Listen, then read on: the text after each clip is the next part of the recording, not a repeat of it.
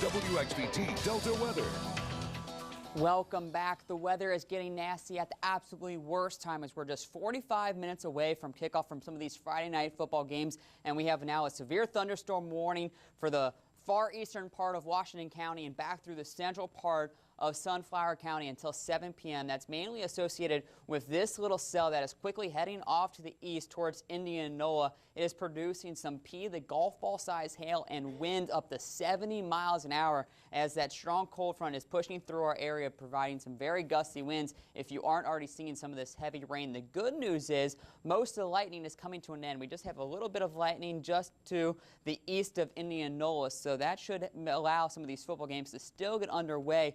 But especially in those areas here in the shade, those might have to wait another 45 minutes to an hour before we get some good weather to get some of those games going. And out to the east, as we head over to Greenwood, we got another little cell popping up over there. Just to the north, we can see a little shade of purple. That's where some of the hail and the strongest thunderstorms are going. Right now, this system is not under any warnings, but is definitely another strong one, producing lots of heavy rain and some gusty winds. And then as we head back off to the north, we can see just some light to moderate showers now pushing through most of Ball River County and also heading towards Coahoma County. So if you're in Rosedale, Mount Bayou, Shelby, and Clarksdale, you could be seeing some of this rain move in as we head through the next 30 minutes to 45 minutes as we go through the 6 o'clock hour. Taking a look at temperatures, though, as that front is moving through, it is cooling us off down to just 69 degrees here in Greenville. We got all the way up into the lower 90s. That's that summer heat that helped produce some of these storms today. Temperature still hanging on to 77 in Greenwood.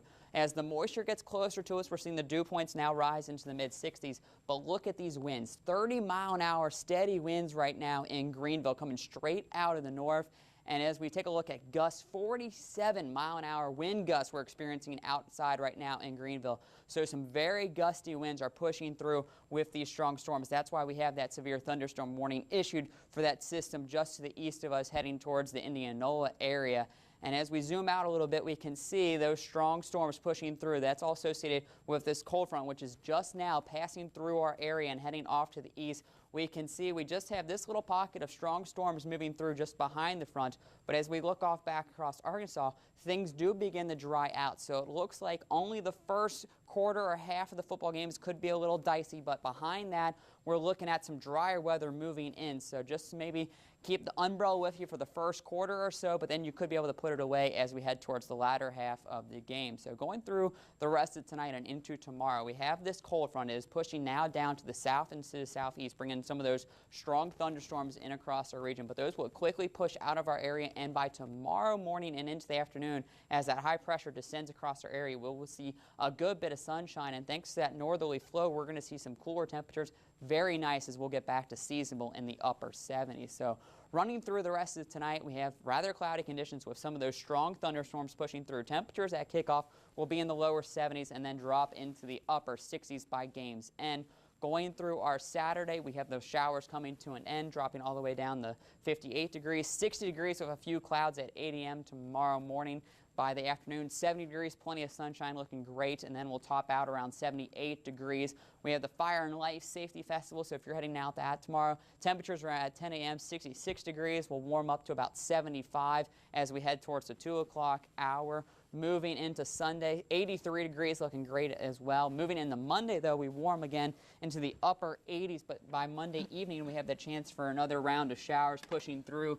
But then behind that, a high pressure builds in and creates lots of sunny skies and very pleasant temperatures as we'll be holding steady pretty much in the mid-80s. So the warm temperatures will continue at least into next week, but a little cooler than what we've been dealing with this week as we got into the lower 90s each day. So how's it looking for tonight's football games? I guess they're dealing with a lot of some rain of these areas thunder. Could be a little dicey as those games get kicked off, but as we've looked off just to the west, things are dying down, so you might just want to push them back maybe 15-30 minutes, and the rain should push off to the east, and you should be able to get the games in later tonight.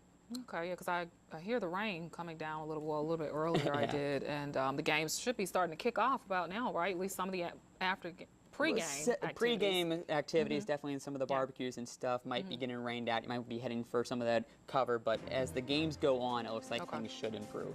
All right, that's good news. All right, thank you, Eric. Well, still ahead of you in Delta News at 6. New research shows more Americans